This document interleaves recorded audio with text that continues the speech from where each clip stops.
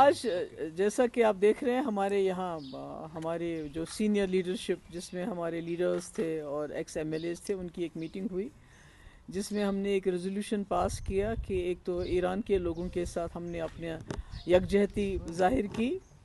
اور اس کے ساتھ اپنے جموں کشمیر کے لوگوں کو بالخصوص کشمیر کے لوگوں کی ہم نے بہت تعریف کی اس میں ان کو کمپلیمنٹ کیا کہ جس طرح انہوں نے ایران کے ساتھ اپنے آپ کو کھڑا کیا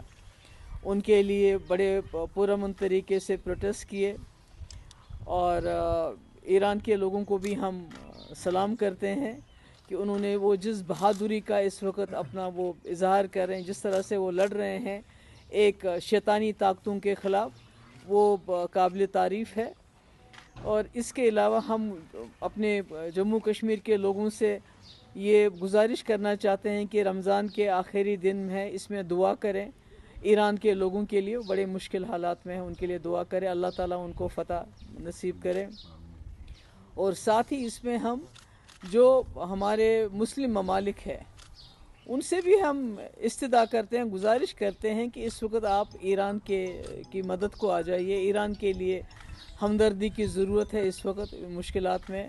ہر حساب سے ایران کو آپ کے ساتھ کی ضرورت ہے اور اپنے ملک کو بھی یہ کہنا چاہتے ہیں کہ جو آپ نے پالیسی اختیار کی ہے آف لیٹ اس کو ریویو کرنے کی ضرورت ہے کیونکہ ایران کے ساتھ ہمارے بہت ہی پرانے رشتے رہے ہیں اور ایران بہت ہی مشکل وقت میں ہمارا دوست رہا ہے بڑے مشکل وقت میں ہمارا ساتھ دیا ہے اور خاص کر ہم کشمیریوں کے لیے یہ فخر کی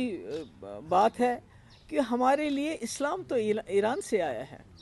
تو اس لیے میں گورنر صاحب سے بھی گزارش کرنا چاہتی ہوں کہ جو لوگ ان دنوں میں نکلے پروٹیسٹ کیا بڑے پرامن پروٹیسٹ کیے انہوں نے ان کے دل میں تکلیف تھی انہوں نے اپنے جذبات کا اظہار کیا ابھی بھی ہمارے سینکڑوں نوجوان جیلوں میں ہیں تو میری گورنر صاحب سے گزارش ہے کہ آپ ان کو جلد از جلد رہا کریں کیونکہ یہ مجھے لگتا ہے یہ صحیح بات نہیں ہے ہم جموں کشمیر کے لوگوں کے لیے ایران کی ایک خاص جگہ ہے ہمارے دل میں اور جیسے میں نے پہلے کہا ہمارا جو اسلام ہے وہ وہیں سے ایران سے ہی آیا ہوا ہے اور ہمارا وہ بھی ایک جذباتی رشتہ ہے ان کے ساتھ تو ایسے میں اگر ہمارے نوجوان لوگ نکلے ہماری بچیاں نکلی ہماری بہنیں نکلی اور آج اتنے دن ہو گئے ان کو کئی لوگ ہمارے نوجوان ابھی سینکڑوں کے تعداد میں ہیں کچھ کو تو رہا کیا کچھ جیلوں کے اندر ہیں کہ ان کو بھی امیڈیٹلی رہا کیا جانا چاہیے یہی آج ہماری میٹنگ تھی یہ جو جنگ ہو رہی ہے تو اس کے جو اثر ہیں ایک تو اقتصادی اثر تو پڑیں گے چیزیں اور مہنگی ہو جائیں گی آلریڈی جموں کشمیر کے لوگوں کی کمر ٹوٹ چکی ہے مہنگائی سے تو اس سے تو اور زیادہ جو ہے